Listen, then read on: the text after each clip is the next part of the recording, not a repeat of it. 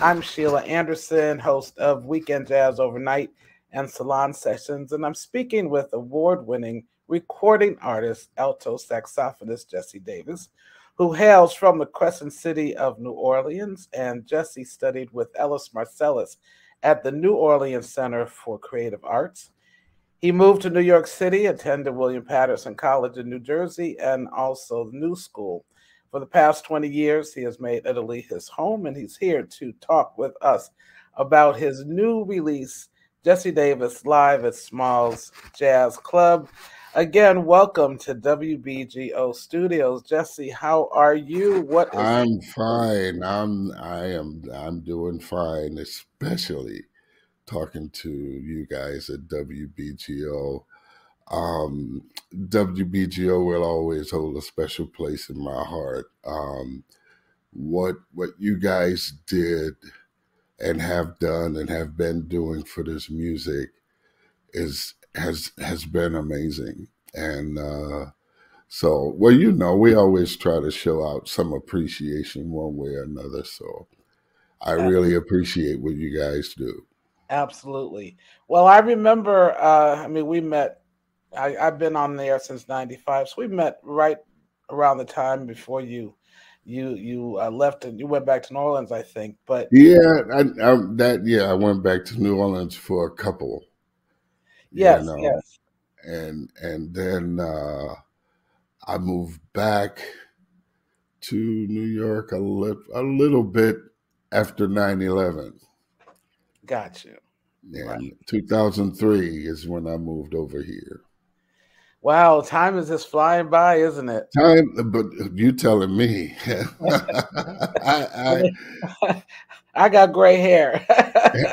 oh my God, I tried to adjust the light a little. Hey, but um, you earned those. Yes, yes, yes, and I'm totally fine with it. I I'm totally mean, fine. yeah, I'm told I aren't don't we want to all? go back to be anything, any age. I'm Exactly, fine exactly where exactly, I am today, and without a doubt. happy to be talking to you. Now let's talk See, about your new CD. You have one of my dear friends, Peter Washington, and oh bass, yes, Bill my Farnsworth, man. good friend on drums, and also Yes, Spike Wilner is on piano. And yes, he's the owner of Smalls. So, yes. what is it like, given that I think Spike played with you in the beginning of his career years ago? Yeah. So, how does it feel, recording, and what is it about live recordings that you love? Well, first, yeah, I love all those cats, and my relationship in particular with I I I call him Mike. I can't say Spike. I That's how understand, long right? my relationship with Spike and Peter goes back. Yeah, no, actually, no, all three guys. I mean, I met Joe Farnsworth at William Patterson. Aha. Yeah, when I was there, it was Joe and Eric Alexander, Bill Stewart, and that's where I met Peter Bernstein as well. Um, so I've known all of those guys many years, and it was a pleasure for me to go back to New York first of all, to play in New York. There's no energy like that. There's no energy like that.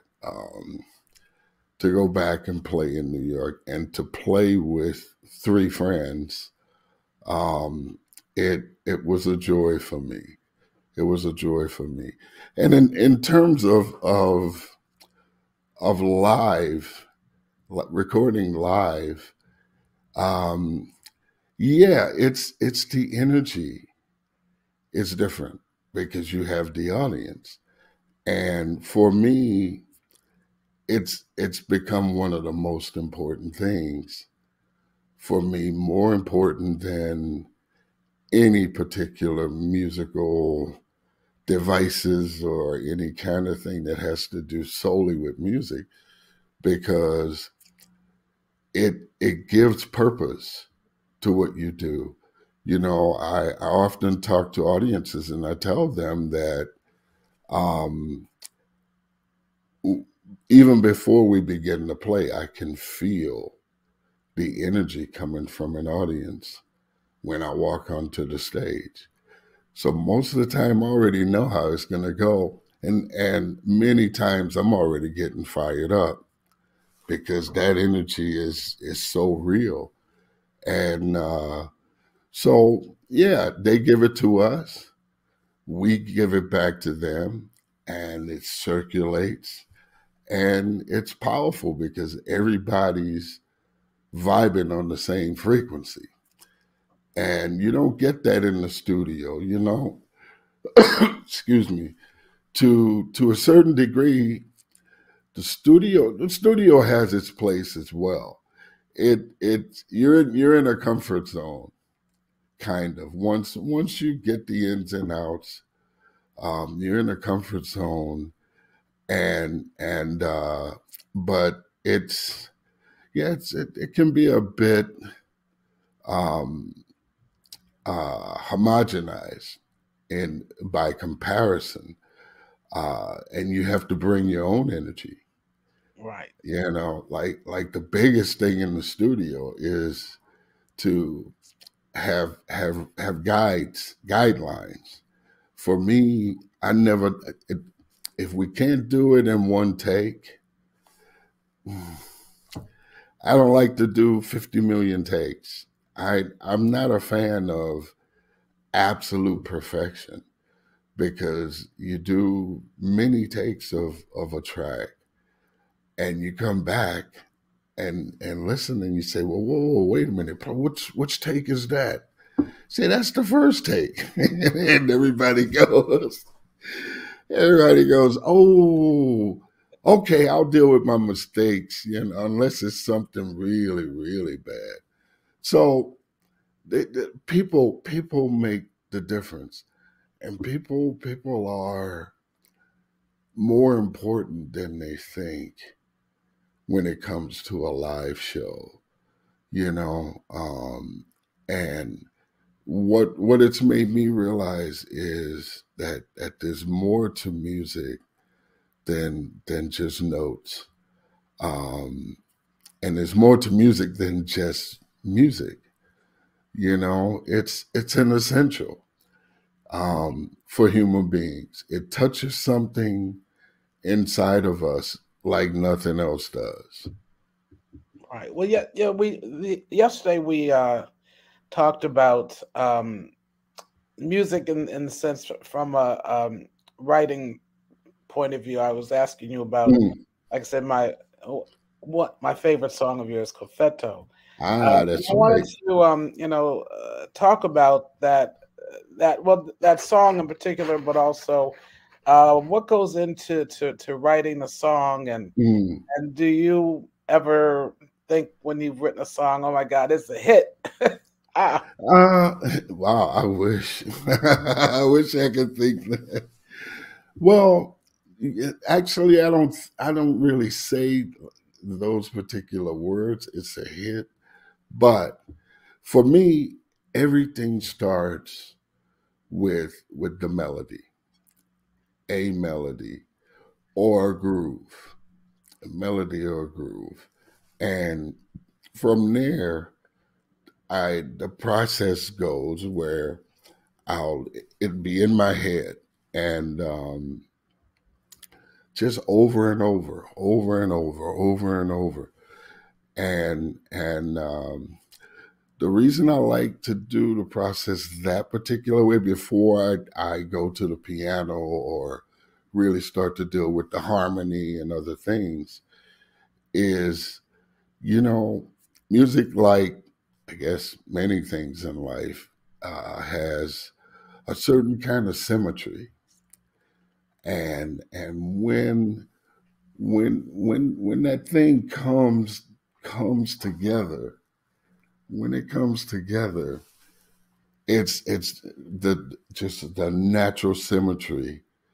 Just there's something in that, rather than something that's forced or something that's conceived for reasons other than music's sake.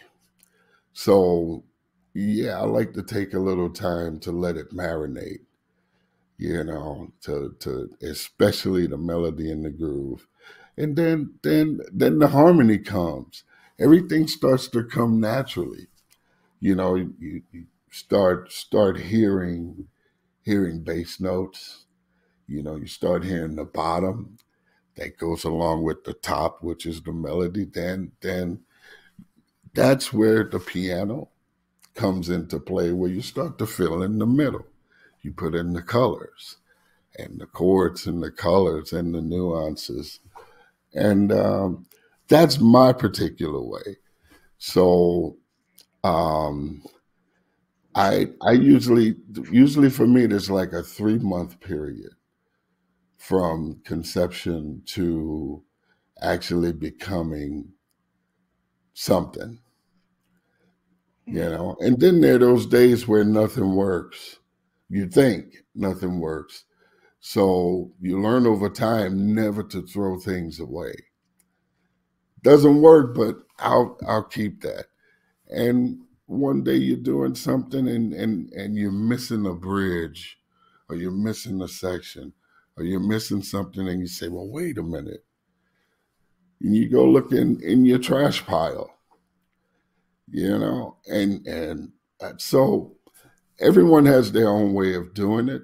There's some people, they approach it the other way. They come to it from more of a harmonic approach first, and then they put the melody on top, and then so it's a personal process, Right. And for me, what's always paramount is got to feel good, and it's got to have a groove, or it's got to be pretty. It's got to be beautiful, you know. And first and foremost, it has to have meaning. It has to mean something. So when you mentioned the tune Cofetto, yeah, it means something to me, because I was kind of joking around with the guy who wrote it for, dedicated it to Massimo Ferrao, great pianist from Genova. Um, but for me, it kind of captures his particular vibe. So, there has to be some kind of motivation as well. Well, okay. Speaking of tunes, let's talk about your new CD. Right? Live Smalls. You have all standards, no original Yes. tunes. So why did you choose the songs you chose? Gingerbread Boy, that's Jimmy Heath, Mhm. Leora, Lee Morgan. Cup Bears is Tom McIntosh, right? Yes. These Foolish Things, Juicy Lucy, that's Horace, right? Horace Silver. Monk Rhythming, Yes. Street of Dreams.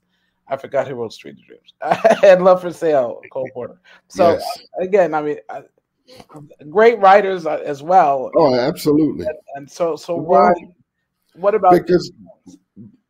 because the scope was basically for four old friends to get together and do what we used to do when we were knuckleheads running around New York City. We'd get on the gig, go to the bar, hang out, do whatever, and 5-10 minutes before it's time to hit, come together in one spot and well, what are we going to play? It's I just call some tunes, you know, and so we take off. But what we were taught, um, was, yeah, learn a lot of tunes, play the standards, learn a lot of tunes. But if you're gonna play them, do something with them. Do something with them. Now, when I say do something with them, I don't mean like change the tunes up or do something, crazy or do something modern or what I guess now they say contemporary or whatever. Um, no, what it means is utilizing your musicianship to communicate and to communicate with one another.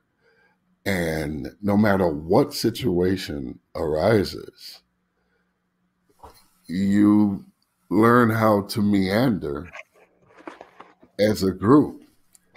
And so, in fact, someone might have an idea. Like I remember in particular on Love for Sale, uh, I think Peter just started to play something, or was it Joe? I think it was Peter started to play like just a bass line, and then Joe came in, and then Mike came in, and I let it ride. I let it ride, and we began playing it, and it's strange, but it's it's kind of our little version of Love for Sale. And the same goes for basically everything we played. And that's how we used to do it. Yeah, You yeah. know, I love Juicy Lucy too. oh, It's I fun. love, It's yeah, like I mean, Horace, yeah, Horace yeah, Silver. yeah. And the way you approach it, it's playful, it's fun, it's Yeah, I really really try.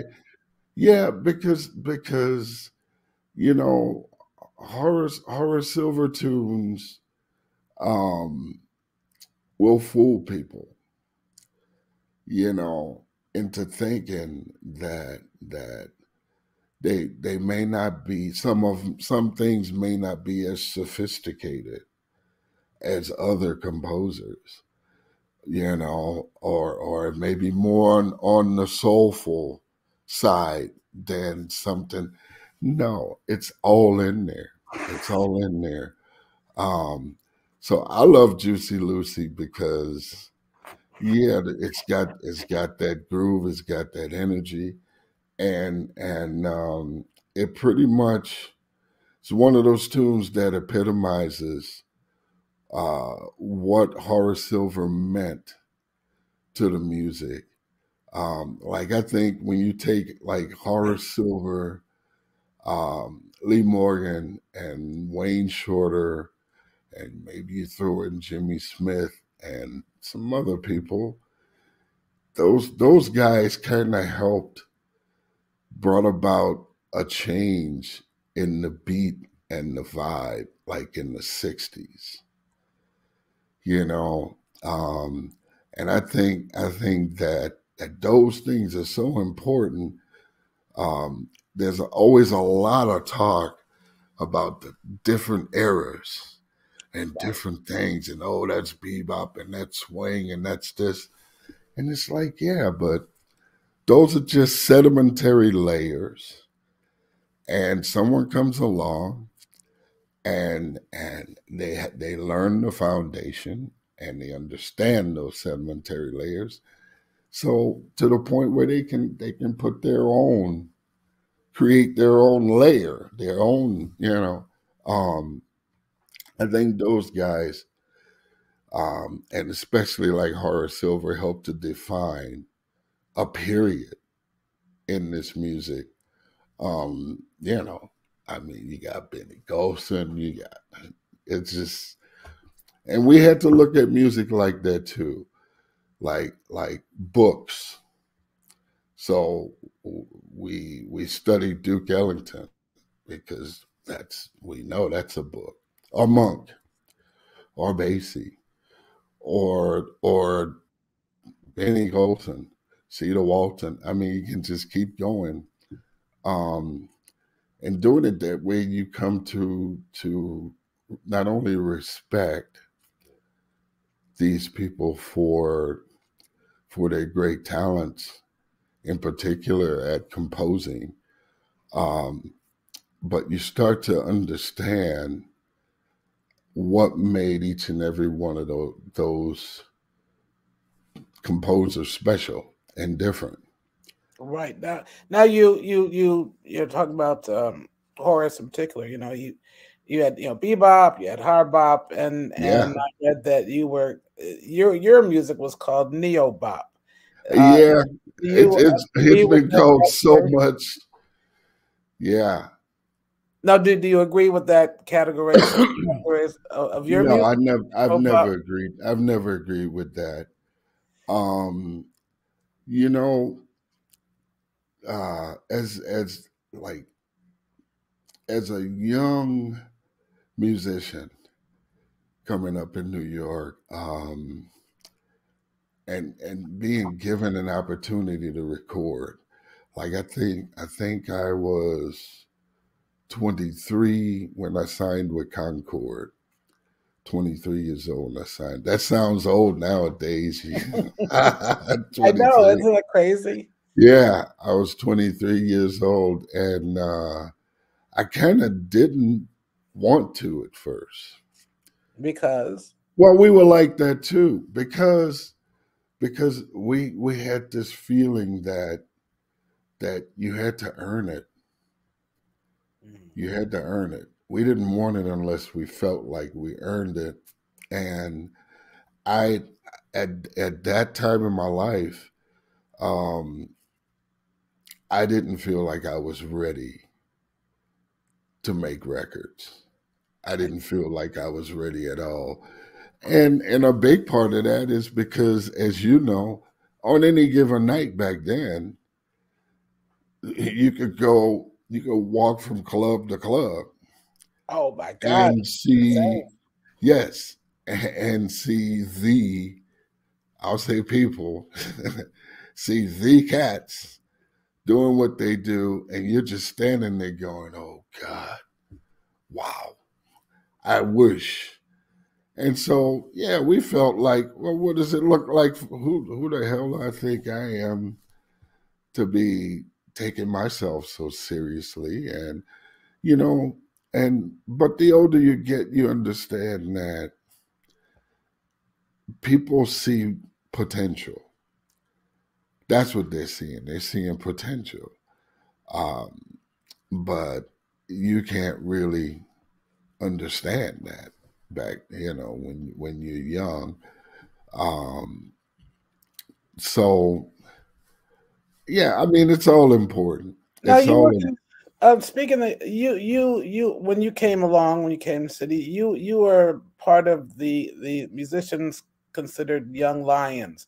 Did you I mean that was, I mean, oh my goodness, that was crazy. But did you, were you uncomfortable being in that group of musicians considered young lions, or not me, not me.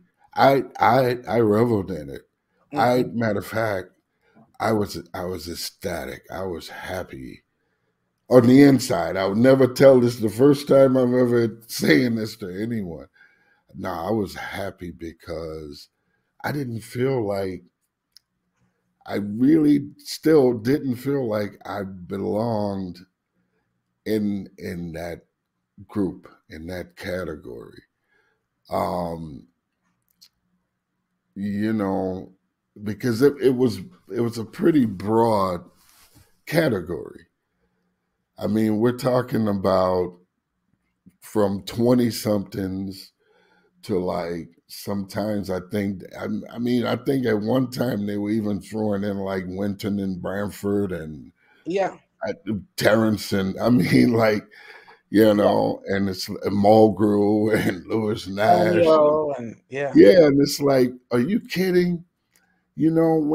When I first moved to the city, I'd go to the Vanguard or Blue Note and see these cats like playing with these great masters, and you got to be joking, you know. So, but I loved it. I loved it, and it served me well because I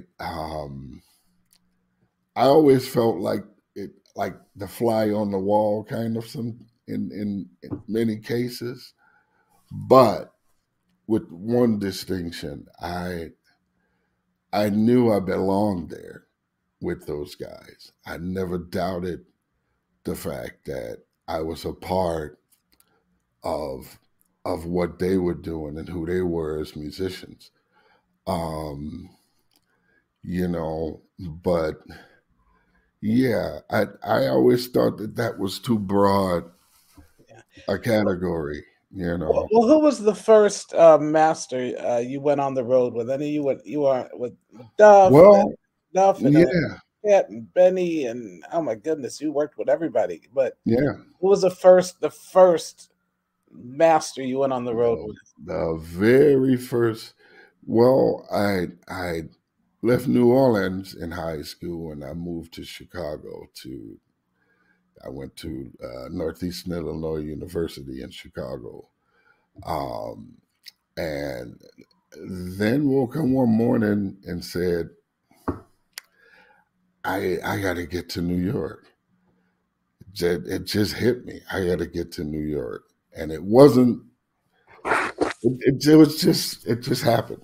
I felt that way, and so I worked my way towards it. And I spoke with Ellis Marcellus, and he said, "Hey, man, I just did a master class at a school in New Jersey that Thad Jones started the program, William Patterson, and Rufus Reed is there now, you know. And so I went to William Patterson, and I think I was there for a couple of semesters. And Peter Bernstein and I decided to go into town one weekend from Patterson, and so we went into town, and he was apartment sitting for his aunt. So I had a place to hang, and yeah, and it was really the first time like me hanging out in New York City, and it was great. And so we hit a million jam sessions. We hit all of the gigs. And at one there was an alto player, Joey Cavacino, and he liked my playing. And he said, "Hey, man, I play with Illinois Jacquet. He's looking for another alto player." So anyway, he hooked up the audition. And I went out to Queens, St. Albans, Queens, and auditioned and got the gig. So the first gig was with the Illinois Jacquet Big Band. Um, and yeah, I think by then I was maybe 20 years old. And it was it. I mean, you, I can't even make this up. The first gig was a week at the Vanguard. My very first professional gig in New York City was with the Illinois Jacquet Big Band, a week at the Vanguard. And immediately after the start of the next week, that Monday, Tuesday, we headed to Europe for an 8 week tour of all of the major festivals. I still can't believe it when I think about it. I still can't believe it when I think about it. And so that's how it started. That's Yeah. how it started. Wow. And Oh, it's amazing. and it continues. I mean, Yeah. it's great. Again, I'm Sheila Anderson speaking with Jesse Davis. We're talking about his career, his life, and his new CD, Private Smalls Jazz Club. And you are going to, speaking of touring, are you going to tour this with this release? Yeah, it looks like we have a few promotional gigs. I think starting in Seattle, and kind of going up the West Coast through Portland until we get to Vancouver, which is where the Cellar Music, the record label is, I guess, with great saxophonist Corey Weeds. And so kind of going to work our way up to Vancouver and finish it off there with a couple of festivals, I think, and then come back to New York and have the release party. Well, the release gigs. I don't know if it's going to be a party, but hey, could be. Always a party, Jesse. When you're You dig always, at always. Smalls, the 6th and the 7th of February. I'm So it's a little. It's a little tour. Most now are anyway, so right, it's a right. No, little tour, but I'm I think looking forward to it. I'm looking forward to hearing you and live. It's like I said, it's been a minute. It's been a minute. But Yeah, yeah. is there anything that you would like to share with the audience about? Share with us about, what is it that you hope that people take away from your release, from your recording? Well, the main thing is number one, understand that you know you don't have to reinvent the wheel every time you play music, play some music. And if one is able to go beneath the surface, they would understand that there's more there than one might think.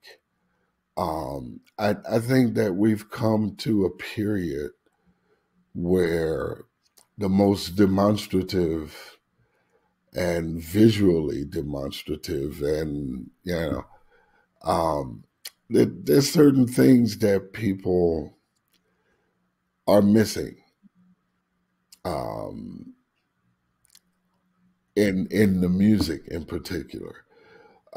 So yeah, this is just old fashioned.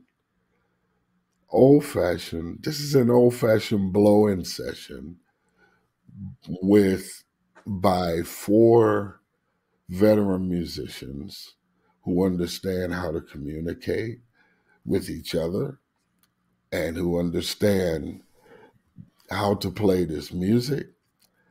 And we do it with the understanding that the most important element always is the listener or an audience.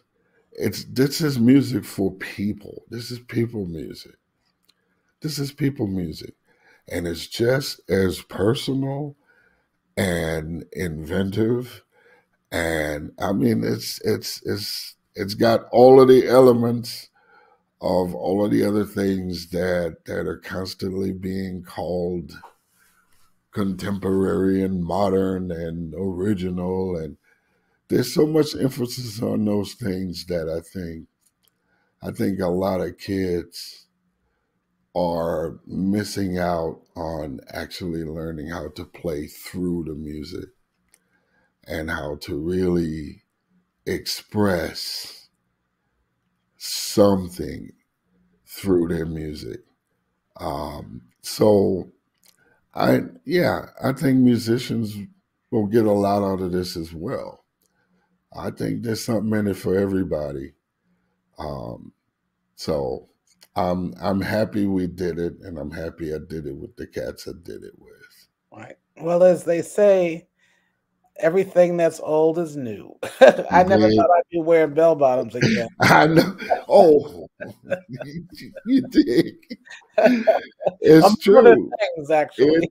It is true, and it's all coming back. My mother used to say that all the time. She, God rest her soul. She said, Sheila, you better hold on to that because you know they're going to come back in style. I said, really? That's Oh, yes, true. you know, you buy good things. They'll last. Yes, Just don't worry about it.